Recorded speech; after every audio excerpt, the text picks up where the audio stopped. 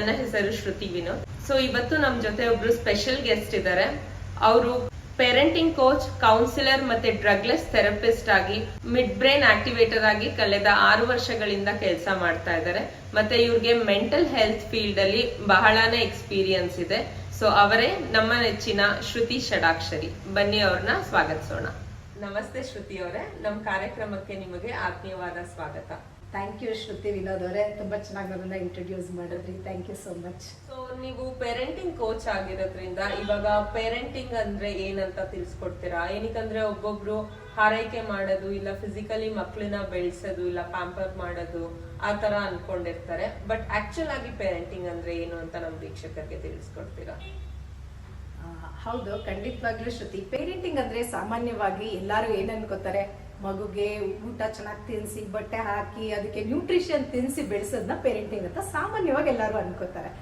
ಆದ್ರೆ parenting is A journey of love and learning.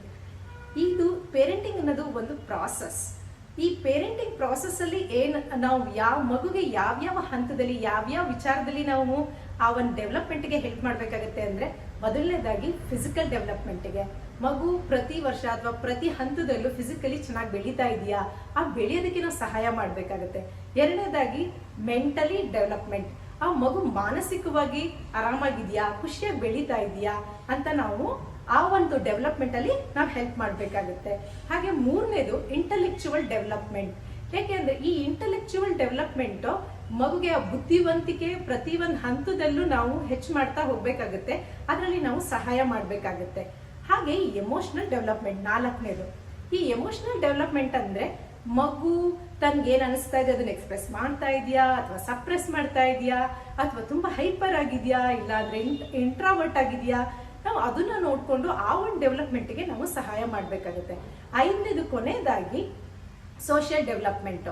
ಮಗು society ಜೊತೆ ಹೇಗ್ ಬೆರೀತಾ ಇದೆ, ಫ್ರೆಂಡ್ಸ್ ಜೊತೆ ಹೇಗ್ ರಿಯಾಕ್ಟ್ ಮಾಡ್ತಾ ಇದೆ, ದೊಡ್ಡವ್ರ ಜೊತೆ ಹೇಗ್ ಬಿಹೇವ್ ಮಾಡ್ತಾ ಇದೆ, ಆ ಒಂದು ವಿಚಾರಗಳಲ್ಲಿ ನಾವು ಆ ಒಂದು ಸೋಷಿಯಲ್ ಡೆವಲಪ್ಮೆಂಟ್ಗೆ ಸಹಾಯ ಮಾಡೋದನ್ನ ನಾವು ಟೋಟಲ್ ಆಗಿ ಪೇರೆಂಟಿಂಗ್ ಅಂತ ಕರಿತೀವಿ.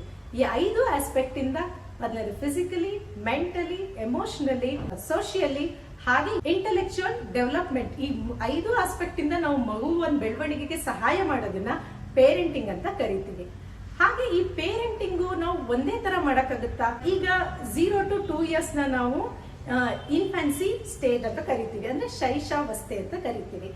ಈ ಸ್ಟೇಜ್ ಅಲ್ಲಿ ನಾವು ಮಗುಗೆ ತುಂಬಾ ಪ್ಯಾಂಪರಿಂಗು, ಆ ಫಿಸಿಕಲ್ ಡೆವಲಪ್ಮೆಂಟ್ಗೆ ಹೆಚ್ಚು ನಾವು ಪ್ರಯಾರಿಟಿ ಕೊಡ್ತಾ ಹೋಗ್ತೀವಿ. ಹಾಗೆ ಅರ್ಲಿ ಚೈಲ್ಡ್ಹುಡ್, ಇದು 2 to 6 years ನಾವು ಅರ್ಲಿ ಚೈಲ್ಡ್ಹುಡ್ ಅಲ್ಲಿ ಮಕ್ಕಳು ಬೆಳೀತಾರೆ. ಆಗ ಅವರಿಗೆ ಎಲ್ಲದನ್ನು ಇಂಟ್ರೊಡ್ಯೂಸ್ ಮಾಡ್ತಾ ಹೋಗ್ತೀವಿ. ಪ್ರತಿಯೊಂದು ವೆಜಿಟೇಬಲ್ಸ್, ಥಿಂಗ್ಸ್ ಮತ್ತೆ ರಿಲೇಶನ್ಶಿಪ್ ಎಲ್ಲದನ್ನು ಇಂಟ್ರೊಡ್ಯೂಸ್ ಮಾಡ್ತಾ ಹೋಗ್ತೀವಿ. ಹಾಗೆ ಮಿಡಲ್ ಚೈಲ್ಡ್ಹುಡ್, ಈ ಮಿಡಲ್ ಚೈಲ್ಡ್ಹುಡ್ ಅಲ್ಲಿ 6 to 12 years ಮಕ್ಕಳಲ್ಲಿ ನಾವು ಡಿಸಿಪ್ಲಿನ್ ಕಲಿಸ್ಬೇಕಾಗುತ್ತೆ. ಹಾಗೆ ಆ 12 years ಆದ್ಮೇಲೆ 12 to 19 years ನ ಟೀನೇಜರ್ಸ್ ಆಗ್ತಾರೆ. ಆ ಅಡೋಲಸೆನ್ಸ್ ಅಲ್ಲಿ ನಾವು ಮಕ್ಳು ಪೇರೆಂಟಿಂಗ್ ಮಾಡೋದೇ ಬೇರೆ ತರ ಇರುತ್ತೆ, ಫ್ರೆಂಡ್ ತರ ಟ್ರೀಟ್ ಮಾಡ್ಬೇಕಾಗುತ್ತೆ ಅವರನ್ನ. ಹಾಗೆ 20 years ಆದ್ಮೇಲೆ ಅವ್ರು ನಮ್ಮ ತರ ದೊಡ್ಡವರು ಅಡಲ್ಟ್ ಆಗ್ತಾರೆ. ಹೀಗೆ ಪ್ರತಿಯೊಂದು ಹಂತದಲ್ಲೂ ಈ 5 ಆಸ್ಪೆಕ್ಟ್ ಇಂದ ಅವ್ರ ಬೆಳವಣಿಗೆಗೆ ಪೇರೆಂಟ್ಸ್ ಆಗಿ ಅಪ್ಪ ಅಮ್ಮ ಇಬ್ಬರು ಸಹಾಯ ಮಾಡೋದನ್ನ ಪೇರೆಂಟಿಂಗ್ ಅಂತ ಕರಿತೀವಿ. ಸೊ ಇವಾಗ ತುಂಬಾನೇ ಸಿಂಪಲ್ ಆಗಿ ಪೇರೆಂಟಿಂಗ್ ಅಂದ್ರೆ ಏನಂತ ಹೇಳಿದೀರಾ. ಸೊ ನಮ್ ವೀಕ್ಷಕರಿಗೂ ತುಂಬಾ ಕನೆಕ್ಟ್ ಆಗುತ್ತೆ ಅಂತ ಅನ್ಕೊಂತೀನಿ. ಸೊ ಇವಾಗ ನೀವು ಪೇರೆಂಟಿಂಗ್ ಅಂದಿದ ತಕ್ಷಣ ಒಬ್ಬೊಬ್ರು ಪೇರೆಂಟ್ಸ್ ತುಂಬಾ ಸ್ಟ್ರಿಕ್ಟ್ ಆಗಿರ್ತಾರೆ, ಒಬ್ಬೊಬ್ರು ಲೀನಿಯಂಟ್ ಆಗಿರ್ತಾರೆ. ಸೊ ಅದು ಹೇಗೆ ಮಕ್ಳ ಮೇಲೆ ಪರಿಣಾಮ ಬೀರುತ್ತೆ? ಸೊ ಯಾವ ರೀತಿ ಪೇರೆಂಟಿಂಗ್ ಮಾಡೋದ್ರಿಂದ ಮಕ್ಳಿಗೆ ತುಂಬಾ ಒಳ್ಳೇದಾಗುತ್ತೆ ಅವ್ರ ಫ್ಯೂಚರ್ ಅಲ್ಲಿ? ಯಾವ ರೀತಿ ಪೇರೆಂಟಿಂಗ್ ಮಾಡ್ಬೇಕು ಅಂತ ನಮ್ ವೀಕ್ಷಕರಿಗೆ ತಿಳಿಸ್ಕೊಡ್ತೀರಾ? ಪೇರೆಂಟಿಂಗ್ ಒಬ್ರೊಬ್ರು ಒಂದೊಂದು ಸ್ಟೈಲ್ ಅಲ್ಲಿ ಮಾಡ್ತಾ ಇರ್ತಾರೆ. ಯಾಕೆ ಅಂದ್ರೆ ಪೇರೆಂಟಿಂಗ್ ಮಾಡೋದಕ್ಕೆ ಯಾವ್ದೇ ಸ್ಟ್ಯಾಂಡರ್ಡ್ ಫಾರ್ಮುಲಾ ಇಲ್ಲ. ತುಂಬಾ ಜನ ಸ್ಟ್ರಿಕ್ಟ್ ಆಗಿ ಬೆಳೆಸೋದನ್ನ ಪೇರೆಂಟಿಂಗ್ ಸ್ಟೈಲ್ ಅಂತ ಕರೀತಾರೆ. ಹಾಗೆ ಕೆಲವ್ರು ಏನಂತಾರೆ, ಮಕ್ಳಿಗೆ ಹೆಂಗ್ ಬೇಕು ಹಂಗೆ ಅವ್ರಿಗೆ ಇಷ್ಟ ಬಂದಂಗೆ ಬೆಳೆಸ್ಬೇಕು ಅಂತ ಅನ್ಕೊಂಡಿರ್ತಾರೆ. ಆದ್ರೆ ನಿಜವಾಗ್ಲೂ ಪೇರೆಂಟಿಂಗ್ ಸ್ಟೈಲ್ಸ್ ಯಾವ್ಯಾವ ತರ ಇದೆ ನಮ್ಮ ಸೊಸೈಟಿಲಿ, ನಾವೆಲ್ಲ ಹೇಗೆ ಇಂಡಿಯನ್ಸ್ ಪೇರೆಂಟಿಂಗ್ ಸ್ಟೈಲ್ ಮಾಡ್ತಾ ಇದೀವಿ, ಅದ್ರಲ್ಲಿ ಮೊದಲನೇ ನಾವು ನೋಡೋದಾದ್ರೆ ನಾವೀಗೆಲ್ಲ ನೋಡಿರ್ತೀವಲ್ವಾ, ಕೆಲವ್ರ ಮನೇಲಿ ಏನಂತ ಅಂದ್ರೆ ಸಾಮಾನ್ಯವಾಗಿ ಅಪ್ಪ ತುಂಬಾ ಸ್ಟ್ರಿಕ್ಟ್ ಇರ್ತಾರೆ. ಏನಂತ ಅಂದ್ರೆ ಅವ್ರು ಏನ್ ಹೇಳ್ತಾರೆ ಮನೇಲಿ ಮಗು ವಿಚಾರದಲ್ಲಿ ಅವರೇ ಡಿಸೈಡ್ ಮಾಡ್ತಾರೆ. ಹಾಗೆ ಅವ್ರು ಏನಂದ್ರೆ ಡಿಮ್ಯಾಂಡ್ ಇರುತ್ತೆ, ಮಗು ಈ ಸತಿ ಎಕ್ಸಾಮ್ ಅಲ್ಲಿ 95% ತಗೋಬೇಕು. ಆ ಮಗು ಆಲ್ರೆಡಿ ಪಾಪ 60% ತಗೊಳ್ಳೋಂತ ಮಗು ಅವ್ರ ಡಿಮ್ಯಾಂಡ್ ಮಾತ್ರ 95% ತಗೋಬೇಕು ಅಂತ ಇರುತ್ತೆ ಎಕ್ಸಾಂಪಲ್. ಹಾಗೆ ಅವ್ರಿಗೆ ಏನಂದ್ರೆ ಮಕ್ಳ ಮೇಲೆ ಕಂಟ್ರೋಲ್ ಸಾಧಿಸ್ಬೇಕು ಅನ್ನೋದು ಯಾವಾಗ್ಲೂ ಅವ್ರ ತಲೆಯಲ್ಲಿ ಇರುತ್ತೆ. ಆ ಕಂಟ್ರೋಲ್ ಮಾಡೋಕ್ಕೋಸ್ಕರ ಅವರು ಬೇರೆ ಬೇರೆ ತರ ಎಲ್ಲ ತುಂಬಾ ಸ್ಟ್ರಿಕ್ಟ್ ಆಗಿ ಬಿಹೇವ್ ಮಾಡ್ತಾ ಇರ್ತಾರೆ. ಈ ಕಂಟ್ರೋಲ್ ಮಾಡಿ ಸ್ಟ್ರಿಕ್ಟ್ ಆಗಿ ಬಿಹೇವ್ ಮಾಡೋದ್ರಿಂದ ಮಕ್ಳ ಮೇಲೆ ಹೇಗ್ ಪರಿಣಾಮ ಬೀರುತ್ತೆ ಅಂತ ಅಂದ್ರೆ ಆ ಮಕ್ಳಿಗೆ ಆ ಇಂಡಿವಿಜುವಲ್ ಆಗಿ ಒಪಿನಿಯನ್ ಹೇಳಕ್ಕೇನೆ ಆಗೋದಿಲ್ಲ. ಯಾಕಂದ್ರೆ ಅವ್ರ ಒಪಿನಿಯನ್ಗೆ ಯಾವ್ದು ವ್ಯಾಲ್ಯೂನೇ ಮಾಡೋದಿಲ್ಲ ಪೇರೆಂಟ್. ಒಪಿನಿಯನ್ಸ್ ನ ಕ್ರಿಯೇಟ್ ಮಾಡೋದಿಲ್ಲ ಅನ್ಸುತ್ತೆ ಮಕ್ಕಳು. ಹೌದು, ಯಾಕೆಂದ್ರೆ ಅವ್ರಿಗೆ ಈ ತರ ಇಷ್ಟ ಇದೆ ಅಂತ ಹೇಳೋ ಅವಕಾಶನೇ ಕೊಡೋದಿಲ್ಲ. ಅವ್ರು ಆಲ್ರೆಡಿ ಡಿಸೈಡ್ ಮಾಡಿರ್ತಾರಲ್ಲ, ನೀನ್ ಹೀಗೆ ಮಾಡ್ಬೇಕು, ನೀನ್ ಇದೇ ಇದಕ್ಕೆ ಹೋಗ್ಬೇಕು, ಇದೇ ಪ್ರೊಫೆಷನ್ ಮಾಡ್ಬೇಕು, ಇದೇ ಸ್ಕೂಲಿಗೆ ಹೋಗ್ಬೇಕು, ನೀನ್ ಇದೇ ಬಟ್ಟೆ ಹಾಕೋಬೇಕು. ಅವ್ರು ಆಲ್ರೆಡಿ ಡಿಸೈಡ್ ಮಾಡ್ಬಿಟ್ಟಿರ್ತಾರೆ. ಮಗು ಮನ್ಸಲ್ಲಿ ಏನಿರುತ್ತೋ ಅದ್ ಮನ್ಸಲ್ಲೇ ಉಳ್ಕೊಳ್ಳುತ್ತೆ. ಅದ್ ಯಾವತ್ತೂ ಹೇಳೋ ಅವಕಾಶ ಆಗದೇ ಇಲ್ಲ. ಹಾಗೇನೆ ಅವ್ರ ಡಿಮ್ಯಾಂಡ್ ಅನ್ನು ರೀಚ್ ಮಾಡಕ್ ಆಗದೆ ಇದ್ದಾಗ್ಲೂ ಸಹ ಮಕ್ಳಿಗೆ ಏನಿಸ್ತಾ ಇರುತ್ತೆ, ಮೆಂಟಲಿ ಪ್ರೆಷರ್ ಅಂತ ಅನಿಸ್ತಾ ಇರುತ್ತೆ ಪ್ರತಿ ಸತಿ. ನಮ್ಮಪ್ಪ ಹೇಳಿದ್ರು 95 ತೆಗಿಬೇಕು, ನಂಗೆ ತೆಗಿಯಕ್ಕಾಗ್ತಾ ಇಲ್ಲ. ಅದೇನದು ಪ್ರೆಷರ್ ಅನಿಸ್ತಾನೆ ಹೋಗುತ್ತೆ. ಅದಲ್ದೇನೆ ಏನಾಗುತ್ತೆ, ಆ ಪೇರೆಂಟಿಂಗ್ ಮಗು ಮತ್ತೆ ಪೇರೆಂಟ್ಸ್ ಇಬ್ರು ನಡುವೆನೋ ಪೇರೆಂಟಿಂಗ್ ಮಾಡ್ಬೇಕಾದ್ರೆ ಇಬ್ರು ಸ್ಟ್ರಗಲ್ ಮಾಡ್ತಾ ಇರ್ತಾರೆ. ಇವ್ರು ಕಂಟ್ರೋಲ್ ಮಾಡೋದ್ರಲ್ಲಿ ತುಂಬಾ ಅವರಿಗೆ ಕಷ್ಟ ಆಗ್ತಾ ಇರುತ್ತೆ. ಮಗುಗೆ ಪ್ರೆಷರ್ ತಡ್ಕೊಳಕ್ ಆಗ್ದೇನೆ ಆ ಮಗುಗೂ ಕಷ್ಟ ಅಂತ ಅನಿಸ್ತಾ ಇರುತ್ತೆ. ಹಾಗೆ ನೀವು ಇನ್ನೂ ತುಂಬಾ ಚೆನ್ನಾಗಿ ಹೇಳ್ಬೋದಾದ್ರೆ ಇದನ್ನ ಈಗ ಕೆಲವ್ರ ಮನೇಲಿ ಇರ್ತಾರೆ, ಅಪ್ಪ ಕಾಲಿಂಗ್ ಬೆಲ್ ಸಂಜೆ ಮಾಡಿದ್ರು ಅಂದ ತಕ್ಷಣನೇ ಮಗು ಬುಕ್ ತಗೊಂಡು ಓಡೋಗ್ ರೂಮಲ್ಲಿ ಕುತ್ಕೊಂಡ್ಬಿಡುತ್ತೆ. ಅವಾಗ ಏನು, ನಮ್ಮಪ್ಪ ಸ್ಟ್ರಿಕ್ಟ್, ನಾನು ಓದ್ಕೋತಾ ಇಲ್ಲ ಈವ್ನಿಂಗ್ ಅಂತ ಅಂದ್ರೆ ಬೈತಾರೆ. ಪಾಪ ಅದಕ್ ಮುಂಚೆ 2 ಅವರ್ ಓದ್ಕೊಂಡು ಬ್ರೇಕ್ ತಗೊಳಕ್ ಬಂದಿರುತ್ತೆ. ಆದ್ರೂ ಸಹ ಅವ್ರು ಏನಂತ ಅಂದ್ರೆ ಆ ಅಪ್ಪ ಸ್ಟ್ರಿಕ್ಟ್ ಆಗಿರೋದ್ರೆ ನಾನು ಓದ್ಕೋತಾ ಇದೀನಿ ಅಂತ ಪೋಟ್ರೆ ಮಾಡ್ಬೇಕು ಅನ್ನೋದೇ ಮಗು ಮೈಂಡ್ ಅಲ್ಲಿ ಇರುತ್ತೆ. ಹಾಗಾಗಿ ಈ ಒಂದು ಪೇರೆಂಟಿಂಗ್ ಸ್ಟೈಲ್ ನಾವು ಅಥಾರಿಟೇರಿಯನ್ ಪೇರೆಂಟಿಂಗ್ ಅಂತ ಕರಿತೀವಿ. ಇದರಲ್ಲಿ ಮಗು ಮತ್ತೆ ಪೇರೆಂಟ್ಸ್ಗೆ ಇಬ್ರಿಗೂ ತುಂಬಾ ಸ್ಟ್ರಗಲ್ ಮಾಡ್ತಾನೆ ಹೋಗ್ತಿರ್ತಾರೆ. ಹೌದು, ಸ್ಟ್ರಗಲ್ ಮಾಡ್ತಾನೆ ಹೋಗ್ತಿರ್ತಾರೆ. ಹಾಗೆ ಎರಡನೇದಾಗಿ ಏನಂತ ಅಂದ್ರೆ ನಾವು ತುಂಬಾ ಕಡೆ ನೋಡಿರ್ತೀವಿ, ಏನಂದ್ರೆ ಮಗು ಹೇಗ್ ಹೇಳುತ್ತೋ ಹಾಗೆ ಕೇಳ್ತಾ ಇರ್ತಾರೆ ಪೇರೆಂಟ್ಸ್. ಜನರಲ್ ಆಗಿ ಈಗ ಮಗು ಊಟ ಕೊಟ್ರಿ 3 years ಮಗು ಇರುತ್ತೆ ಅಂತ ಅನ್ಕೊಳ್ಳಿ. ಆ ಮಗುಗೆ ಏನೋ ಉಪ್ಪಿಟ್ಟು ಮಾಡಿರ್ತಾರೆ ಮನೇಲಿ, ತಿನ್ನು, ನಾನ್ ತಿನ್ನಲ್ಲ. ಆಗೇನಂತಾರೆ, ಓ ಅವ್ರ ಅಪ್ಪನೋ ಅಮ್ಮನೋ ಏನೋ ಅನ್ನೋದು, ಓಕೆ ಬಿಡು ನಿಂಗೆ ಅದು ಇಷ್ಟ ಇಲ್ವ, ನಾನು ದೋಸೆ ಮಾಡ್ಕೊಡ್ತೀನಿ. ಓಕೆ ದೋಸೆ ತಿನ್ನುತ್ತಾ, ಆಮೇಲೆ ಮಧ್ಯಾಹ್ನಕ್ಕೆ ಇನ್ನೇನೋ ಅನ್ನ ಸಾಂಬಾರ್ ಮಾಡಿರ್ತಾರೆ, ನನಗೆ ಅದ್ ಬೇಡ, ಓಕೆ ಅದಕ್ಕೆ ಇನ್ನೊಂದು ಮಾಡ್ಕೊಡು. ಅಂದ್ರೆ ಮಗು ಏನ್ ಹೇಳುತ್ತೆ ಅದನ್ನ ಎಲ್ಲದನ್ನು ಕೇಳ್ತಾನೆ ಹೋಗ್ತಿರ್ತಾರೆ. ಆದ್ರೆ ಮಗುಗೆ ಏನ್ ಅನ್ಸುತ್ತೆ ಅದ್ರ ಒಪಿನಿಯನ್ಗೆ ಯಾವಾಗ್ಲೂ ಪ್ರೈಟೈಸ್ ಮಾಡ್ತಿರ್ತಾರೆ. ಅದ್ ಸರಿ ಇರುತ್ತಾ ತಪ್ಪಿರುತ್ತಾ ಅದ್ ಏನನ್ನು ಅವ್ರು ಯೋಚನೆ ಮಾಡೋದಿಲ್ಲ. ಪ್ರತಿ ಸತಿ ಪರ್ಮಿಷನ್ ಅವ್ರು ಹೇಳೋದಕ್ಕೆಲ್ಲ ಎಸ್ ಎಸ್ ಎಸ್ ಅಂತ ಹೇಳ್ತಾನೆ ಹೋಗ್ತಿರ್ತಾರೆ. ಈ ಒಂದು ಪೇರೆಂಟಿಂಗ್ ಸ್ಟೈಲ್ ಏನಾಗುತ್ತೆ ಅಂತ ಅಂದ್ರೆ ಮಗು ಮೇಲೆ ಪ್ರಾಬ್ಲಮ್ ಸಾಲ್ವ್ ಮಾಡೋ ಒಂದು ಎಬಿಲಿಟಿ ಡೆವಲಪ್ ಆಗೋದಿಲ್ಲ. ಯಾಕಂದ್ರೆ ಅವ್ರಿಗೆ ಏನೋ ಒಂದು ಥಾಟ್ ಬರುತ್ತೆ, ಅದು ಆಲ್ರೆಡಿ ಸಿಗ್ತಾ ಇರುತ್ತೆ, ಅದು ಅನ್ಕೋತಾ ಇರುತ್ತೆ, ಆಲ್ರೆಡಿ ಸಿಗ್ತಾ ಇರುತ್ತೆ. ಸೊ ದಟ್ ನಾಳೆ ಅದು ಅಡಲ್ಟ್ ಆದ್ಮೇಲೆ ಏನಾಗುತ್ತೆ ಅಂತ ಅಂದ್ರೆ ಯಾವ್ದೊಂದು ಪ್ರಾಬ್ಲಮ್ ಬಂದಾಗ ಅಥವಾ ಸೊಸೈಟಿಲಿ ಅಥವಾ ಪ್ರೊಫೆಷನ್ಗೆ ಹೋದಾಗ ಪ್ರಾಬ್ಲಮ್ ಬಂದಾಗ ಅದು ಸಾಲ್ವ್ ಮಾಡುವಂತ ಎಬಿಲಿಟಿ ಇರಲ್ಲ. ಅವಾಗ ನಾನು ಅನ್ಕೋತಾ ಇದ್ದೀನಿ ಯಾಕೆ ಸಿಗ್ತಾ ಇಲ್ಲ ಮತ್ತೆ ಸ್ಟ್ರಗಲ್ ಮಾಡಕ್ ಸ್ಟಾರ್ಟ್ ಮಾಡ್ತಾ ಹೋಗುತ್ತೆ. ಮತ್ತೆ ಹೊರಗೆ ಯಾರಾದ್ರೂ ನೋ ಅಂತ ಅಂದ್ರೂ ಅದನ್ನ ಸಹಿಸ್ಕೊಳ್ಳೋ ಹೌದು, ನೋ ಅಂದಾಗ ಅದನ್ನ ಅಕ್ಸೆಪ್ಟ್ ಮಾಡ್ಕೊಳಕ್ ರೆಡಿ ಇರಲ್ಲ, ಅಥವಾ ಅದನ್ನ ಹೆಂಗ್ ಸರಿ ಮಾಡ್ಕೋಬಹುದು ಅಂತ ಯೋಚನೆ ಮಾಡಲ್ಲ. ಅವಾಗ ತುಂಬಾ ಸ್ಟ್ರಗಲ್ ಮಾಡಕ್ ಶುರು ಮಾಡುತ್ತೆ. ಈ ಒಂದು ಪೇರೆಂಟಿಂಗ್ ನ ಪರ್ಮಿಸಿವ್ ಪೇರೆಂಟಿಂಗ್ ಸ್ಟೈಲ್ ಅಂತ ಕರೀತೀವಿ. ಹಾಗೆ ನಾವು 3ನೇ ಪೇರೆಂಟಿಂಗ್ ಸ್ಟೈಲ್ ಹೇಗೆ ಅಂತ ಅಂದ್ರೆ ಕೆಲವು ಪೇರೆಂಟ್ಸ್ ಏನಂತ ಅಂದ್ರೆ ಅವ್ರು ಅಡಲ್ಟ್ ಆಗಿರೋದ್ರಿಂದ ಡೆಫಿನೆಟ್ಲಿ ತುಂಬಾ ರೆಸ್ಪಾನ್ಸಿಬಿಲಿಟೀಸ್ ಇದ್ದೇ ಇರುತ್ತೆ. ಒಂದು ಅವ್ರ ಪ್ರೊಫೆಷನ್ ಇರುತ್ತೆ, ಮತ್ತೆ ಅವ್ರ ಪೇರೆಂಟ್ಸ್ ನ ನೋಡ್ಕೋಬೇಕು, ಪೇರೆಂಟಿಂಗ್ ಮಾಡ್ಬೇಕು, ಫ್ಯಾಮಿಲಿ ನೋಡ್ಕೊಂಡು ಅವರು ಪ್ರೊಫೆಷನ್ ನೋಡ್ಕೊಳ್ಳೋದ್ರಲ್ಲಿ ಕೆಲವೊಂದ್ಸತಿ ಏನಾಗುತ್ತೆ ಅಂದ್ರೆ ತುಂಬಾ ಪ್ರಾಬ್ಲಮ್ಸ್ ಇದ್ದು ಆ ಸಾಲ್ವ್ ಮಾಡೋದ್ರಲ್ಲೇ ಅವ್ರಿಗೆ ಟೈಮ್ ಮುಗ್ದೋಗ್ತಾ ಇರುತ್ತೆ. ಮತ್ತೆ ಸಾಲ್ವ್ ಮಾಡೋದೇ ಅವ್ರಿಗೆ ಒಂದು ಸ್ಟ್ರಗಲ್ ಆಗ್ಬಿಟ್ಟಿರುತ್ತೆ. ಹಾಗೆ ಮತ್ತೆ ಇನ್ನೊಬ್ರು ಪೇರೆಂಟ್ ಏನಂದ್ರೆ ಕೆಲವು ಪೇರೆಂಟ್ ಇರ್ತಾರೆ, ಅವ್ರು ದೇರ್ ಆರ್ ಟೂ ಬಿಸಿ, ಅವ್ರಿಗೆ ಟೈಮೇ ಇರೋದಿಲ್ಲ ಅಂತ ಪೇರೆಂಟ್ಸ್. ಆ 2 ತರ ಕೆಟಗರಿ ಅವ್ರಿಗೆ, ಒಂದು ಪ್ರಾಬ್ಲಮ್ ಅಲ್ಲಿ ಸಿಕ್ಕಾಕೊಂಡಿರೋರ್ಗೆ ಮತ್ತೆ ಫುಲ್ ಟೈಮೇ ಇಲ್ಲ ಆ ತರ ಟೋಟಲಿ ಬಿಸಿ ಇರೋಂತ ಪೇರೆಂಟು ಸಹ ಪೇರೆಂಟಿಂಗ್ ಅಲ್ಲಿ ಇನ್ವಾಲ್ವೇ ಆಗಲ್ಲ. ಹಾಗೆ ಯಾರೋ ಮನೇಲಿ ಒಬ್ರು ಇರ್ತಾರೆ ಪೇರೆಂಟ್, ಅಥವಾ ಅಮ್ಮನೋ ಅಥವಾ ಇನ್ಯಾರೋ ಕೇರ್ ಟೇಕ್ ಮಾಡೋರು ಇರ್ತಾರೆ, ಅವರು ಮಗುಗೆ ಪೇರೆಂಟಿಂಗ್ ಮಾಡ್ತಾ ಇರ್ತಾರೆ. ಈ ಪೇರೆಂಟ್ ನಿಜವಾದ ಪೇರೆಂಟಿಗೆ ಏನಾಗಿರುತ್ತೆ, ಟೈಮೇ ಇರಲ್ಲ, ಮಗು ಏನಾಗ್ತಾ ಇದೆ ಅಂತಾನೆ ಗೊತ್ತಿಲ್ಲ. ಕೆಲವೊಂದ್ಸತಿ ನೀವು ಕೇಳಿರ್ಬೋದು, ಯಾರಿಗಾರ ಅಪ್ಪಂಗೆ ನಿಮ್ ಮಗು ಎಷ್ಟನೇ ಕ್ಲಾಸ್ ಅಂತ ಕೇಳಿದ್ರೆ 4 ಇರ್ಬೇಕೇನೋ, 1st ಸ್ಟ್ಯಾಂಡರ್ಡ್ ಅಂತಾರೆ. ನಿಜವಾಗ ಆಮೇಲೆ ಮಗು ಕೇಳಿದ್ರೆ 5th ಸ್ಟ್ಯಾಂಡರ್ಡ್ ಓದ್ತಾ ಇರುತ್ತೆ. ಹಾಗಾಗಿ ಅದು ಆ ಪೇರೆಂಟಿಂಗ್ ಸ್ಟೈಲ್ ನ ಅನ್ಇನ್ವಾಲ್ವ್ಮೆಂಟ್ ಪೇರೆಂಟಿಂಗ್ ಸ್ಟೈಲ್ ಅಂತ ಕರಿತೀವಿ. ಈ ಒಂದು ಅನ್ಇನ್ವಾಲ್ವ್ಮೆಂಟ್ ಪೇರೆಂಟಿಂಗ್ ಸ್ಟೈಲ್ ಅಲ್ಲಿ ಏನಾಗುತ್ತೆ ಅಂತ ಅಂದ್ರೆ ಮಗುಗೆ ಏನಾಗ್ತಾ ಇದೆ, ಮಗುಗೆ ಫಿಸಿಕಲಿ ಹೇಗ್ ಬೆಳೀತಾ ಇದೆ, ಮೆಂಟಲಿ ಹೇಗ್ ಬೆಳೀತಾ ಇದೆ, ಇಂಟೆಲೆಕ್ಚುಯಲಿ ಹೇಗ್ ಬೆಳೀತಾ ಇದೆ, ಏನ್ ಮಾಡ್ತಾ ಇದೆ, ಎಮೋಷನಲಿ ಅದು ಆರಾಮಾಗಿದೆಯಾ, ಇದ್ರ ಬಗ್ಗೆ ಅರಿವೇ ಇರಲ್ಲ. ಅವಾಗ ಏನಾಗುತ್ತೆ, ಸುತ್ತ ಯಾರು ಬೇರೆಯವ್ರು ಇರ್ತಾರೆ ಅವರು ಗೊತ್ತಿರೋ ರೀತಿಲಿ ಪೇರೆಂಟಿಂಗ್ ಮಾಡ್ತಿರ್ತಾರೆ. ಸೊ ಸೊಸೈಟಿಲಿ ಜಾಸ್ತಿ ಮಿಂಗಲ್ ಆದ್ರೆ ಸೊಸೈಟಿಲಿ ಯಾರ ಜೊತೆ ಹೆಚ್ಚು ಬೆರೀತಾ ಇರುತ್ತೋ ಅವ್ರಿಗೆ ಪೇರೆಂಟಿಂಗ್ ಅವ್ರು ಹೇಳ್ಕೊಡೋ ರೀತಿಲಿ ಮಕ್ಕಳು ಕಲಿತಾ ಹೋಗುತ್ತೆ. ಈ ಒಂದು ಪೇರೆಂಟಿಂಗ್ ಸ್ಟೈಲ್ ಅಲ್ಲೂ ಮಗುದು ಓವರ್ ಆಲ್ ಡೆವಲಪ್ಮೆಂಟ್ ಆಗೋದಿಲ್ಲ. ಈಗ 4ನೇ ಪೇರೆಂಟಿಂಗ್ ಸ್ಟೈಲ್ ಏನು ಅಂತ ಅಂದ್ರೆ, ಈ ಪೇರೆಂಟ್ ಹೈ ಇನ್ವಾಲ್ವ್ಮೆಂಟ್, ಆ ಮಗುದು ಪ್ರತಿ ಒಂದ್ ಹೆಜ್ಜೆನು ಹೈ ಇನ್ವಾಲ್ವ್ಮೆಂಟ್ ಇರುತ್ತೆ. ಮತ್ತೆ ಏನು ಅಂದ್ರೆ ಮಾನಿಟರಿಂಗ್ ಮಾಡೋದು, ಪ್ರತಿ ಸತಿ ಮಗು ಆಟ ಆಡಕ್ ಹೋದ್ರೆ ಅದು ಹೆಂಗ್ ಆಟ ಆಡ್ತಾ ಇದೆ ಅಂತ ನಿಂತ್ಕೊಂಡು ನೋಡೋದು. ಆಮೇಲೆ ಆ ಮಗು ಗೊತ್ತಿರುತ್ತೆ, ಅದು ಆಲ್ರೆಡಿ 10 ವರ್ಷ ಆಗಿರುತ್ತೆ, ಆಚೆ ಹೋಗ್ಬೇಕಂದ್ರೆ ಸ್ಲಿಪ್ಪರ್ ಹಾಕೋ ಅಂತ ಹೇಳೋದು. ಈ ತರ ಆ ಮಗುಗೆ ಪ್ರತಿ ಒಂದ್ ಹೆಜ್ಜೆನು ಗೈಡ್ ಮಾಡ್ಕೊಂಡು ಮಾನಿಟರ್ ಮಾಡ್ಕೊಂಡು ನಿಂತಿರೋದು. ಓವರ್ ಪ್ರೊಟೆಕ್ಷನ್ ಮಾಡೋದು, ಆಚೆ ಹೋದ ತಕ್ಷಣ ಮಗು ಬಿಟ್ಟು ಯಾರ ಜೊತೆಗೂ ಮಿಂಗಲ್ ಆಗಕ್ಕೆ ಬಿಡಲ್ಲ, ಓವರ್ ಪ್ರೊಟೆಕ್ಟ್ ಮಾಡೋದು, ಮೈಕ್ರೋ ಮ್ಯಾನೇಜ್ಮೆಂಟ್ ಮಾಡೋದು. ಮಗು ಏನ್ ಮಾಡ್ತದೆ ಅಂತ ಮೈಕ್ರೋ ಮ್ಯಾನೇಜ್ಮೆಂಟ್ ಮಾಡ್ತಾ ಇರೋದು. ಈ ಒಂದು ಪೇರೆಂಟಿಂಗ್ ಸ್ಟೈಲ್ ನ ಹೆಲಿಕಾಪ್ಟರ್ ಪೇರೆಂಟಿಂಗ್ ಸ್ಟೈಲ್ ಅಂತ ಕರಿತೀವಿ. ಏನಂತ ಅಂದ್ರೆ ಮಗು ಬೀಳಕ್ ಮುಂಚೆನೆ ಕೈ ಇಟ್ಕೊಂಡು ರೆಡಿ ಆಗ್ಬಿಟ್ಟಿರೋದು. ಆ ತರ ಪೇರೆಂಟಿಂಗ್ ಸ್ಟೈಲ್ ಅಲ್ಲಿ ಏನಾಗುತ್ತೆ ಅಂತ ಅಂದ್ರೆ, ಮಗುಗೆ ಈ ಪೇರೆಂಟಿಂಗ್ ಸ್ಟೈಲು ಹೇಗೆ ಇಂಪ್ಯಾಕ್ಟ್ ಆಗುತ್ತೆ ಅಂತ ಅಂದ್ರೆ, ಡಿಪೆಂಡ್ ಆಗಿ ಡಿಸಿಷನ್ ಮಾಡಕ್ ಕಷ್ಟ ಆಗತ್ತೆ. ಪ್ರತಿಯೊಂದು ಹೆಜ್ಜೆಲೂ ಅಪ್ಪನೋ ಅಥವಾ ಅಮ್ಮನೋ ಎಲ್ಲಾದ್ರು ಗೈಡ್ ಮಾಡ್ತಾ ಹೇಳ್ತಾನೆ ಹೋಗೋದ್ರಿಂದ ಪ್ರಾಬ್ಲಮ್ ಸಾಲ್ವಿಂಗ್ ಎಬಿಲಿಟಿ ಆ ಮಗುಗೆ ಬರೋದಿಲ್ಲ, ತೊಂದರೆ ಆಗುತ್ತೆ. ಇಂಡಿವಿಜುವಾಲಿಟಿನೂ ಇರೋದಿಲ್ಲ. ಹೌದು, ಇಂಡಿವಿಜುವಾಲಿಟಿನೂ ಇರಲ್ಲ. ಮತ್ತೆ ಅದಕ್ಕೆ ಏನಂತಂದ್ರೆ, ಅದು ಅಡಲ್ಟ್ ಆದ್ಮೇಲೆ ಏನ್ ಅನ್ಸುತ್ತೆ ಅಂದ್ರೆ ಅದ್ರ ಮೇಲೆ ಅದಕ್ಕೆ ಸೆಲ್ಫ್ ಡೌಟ್ ಆಗಕ್ಕೆ ಸ್ಟಾರ್ಟ್ ಆಗುತ್ತೆ. ಯಾಕಂದ್ರೆ ತನ್ನ ಎಬಿಲಿಟಿನೇ ಯಾವತ್ತು ಏನು ಅಂತ ನೋಡ್ಕೊಂಡಿಲ್ದೇನೆ ಇದ್ದಾಗ ಅದಕ್ಕೆ ಏನೇ ಕೆಲಸ ಮಾಡೋದು ಸೆಲ್ಫ್ ಡೌಟ್ ಆಗ್ತಾ ಇರುತ್ತೆ. ಲ್ಯಾಕ್ ಆಫ್ ಕಾನ್ಫಿಡೆನ್ಸ್, ಹೌದು, ಲ್ಯಾಕ್ ಆಫ್ ಕಾನ್ಫಿಡೆನ್ಸ್, ಇದಾಗುತ್ತೋ ಇಲ್ವೋ ಅಂತ ಯಾವಾಗ್ಲೂ ಡೌಟ್ ಮಾಡ್ಕೋತಾ ಇರುತ್ತೆ. ಅದ್ರ ಬಗ್ಗೆ ಅದೇ ಡೌಟ್ ಮಾಡ್ಕೋತಾ ಇರುತ್ತೆ. ಹಾಗೇನೆ ಅದಕ್ಕೆ ಓನ್ ಆಗಿ ನೀವು ಹೇಳತ್ತರ ಆ ಓನ್ ಎಬಿಲಿಟಿನೇ ಬೆಳೆಯೋದಿಲ್ಲ. ಸ್ವಂತವಾಗಿ ಏನ ಹೇಳ್ಬೋದು ಮಾಡ್ಬೋದು ಅನ್ನೋ ಒಂದು ಎಬಿಲಿಟಿನೇ ಬೆಳೆಯೋದಿಲ್ಲ. ಹಾಗಾಗಿ ಈ ಹೆಲಿಕಾಪ್ಟರ್ ಪೇರೆಂಟಿಂಗ್ ಸ್ಟೈಲ್ ಅಲ್ಲೂ ಸಹ ಮಗುಗೆ ಈ ತರ ಒಂದು ಡೆವಲಪ್ಮೆಂಟ್, ಓವರ್ ಆಲ್ ಡೆವಲಪ್ಮೆಂಟ್ ಆಗದೇನೆ ಸಹ ಸೆಲ್ಫ್ ಎಸ್ಟೀಮ್ ಅಥವಾ ಕಾನ್ಫಿಡೆನ್ಸ್ ಎಲ್ಲ ಕಡಿಮೆ ಆಗ್ತಾ ಹೋಗುತ್ತೆ. ಹಾಗೆ 5ನೇದಾಗಿ ನಾವು ಪೇರೆಂಟಿಂಗ್ ಸ್ಟೈಲ್ ನೋಡೋದಾದ್ರೆ, ಆ ಪೇರೆಂಟ್ ತುಂಬಾ ಕೋಪರೇಟಿವ್ ಆಗಿರ್ತಾರೆ, ಮಗುನ ತುಂಬಾ ಚೆನ್ನಾಗಿ ಅರ್ಥ ಮಾಡ್ಕೊಂಡಿರ್ತಾರೆ. ಮತ್ತೆ ಮಗು ಏನಾದ್ರು ಹೇಳಿದ್ರೆ ಆಕ್ಟಿವ್ ಆಗಿ ಲಿಸನ್ ಮಾಡ್ಕೊಂತಾರೆ, ಇಮಿಡಿಯೇಟ್ ಆಗಿ ರಿಯಾಕ್ಟ್ ಮಾಡಲ್ಲ. ಮಗು ಏನ್ ಹೇಳ್ತಾ ಇದೆ, ಏನ್ ಅರ್ಥ, ಅದಕ್ಕೆ ಏನ್ ಬೇಕಾಗಿದೆ ಅಥವಾ ಎಮೋಷನಲಿ ಏನ್ ಪ್ರಾಬ್ಲಮ್ ಆಗ್ತಾ ಇದೆ ಅಂತ ಅವ್ರು ಅದನ್ನ ಅರ್ಥ ಮಾಡ್ಕೊಂಡು ಅದಕ್ಕೆ ಸೊಲ್ಯೂಷನ್ ಯೋಚನೆ ಮಾಡಿ ಆ ಮಗುಗೆ ಆ ಸೊಲ್ಯೂಷನ್ ನ ಹೇಳ್ತಾರೆ. ಮತ್ತೆ ಆ ಥಾಟ್ ಫೀಲಿಂಗ್ಸ್ ಬಗ್ಗೆ ಆ ಮಗುಗೆ ರೆಸ್ಪೆಕ್ಟ್ ಮಾಡ್ತಾರೆ, ಗೌರವಿಸ್ತಾರೆ. ಮತ್ತೆ ಆ ಒಂದು ಯಾವ್ದೇ ತರ ಮಗುಗೀಗ ಕೋಪ ಬಂದ್ರೆ ಅಥವಾ ಲೋಯರ್ ಎಮೋಷನ್ಸ್ ಹೋದಾಗ ಅದನ್ನ ಹೇಗೆ ಒಂದು ಒಳ್ಳೆ ಮ್ಯಾನರ್ ಅಲ್ಲಿ ಎಕ್ಸ್ಪ್ರೆಸ್ ಮಾಡ್ಬೇಕು ಅನ್ನೋದನ್ನ ಹೇಳ್ಕೊಡ್ತಾರೆ.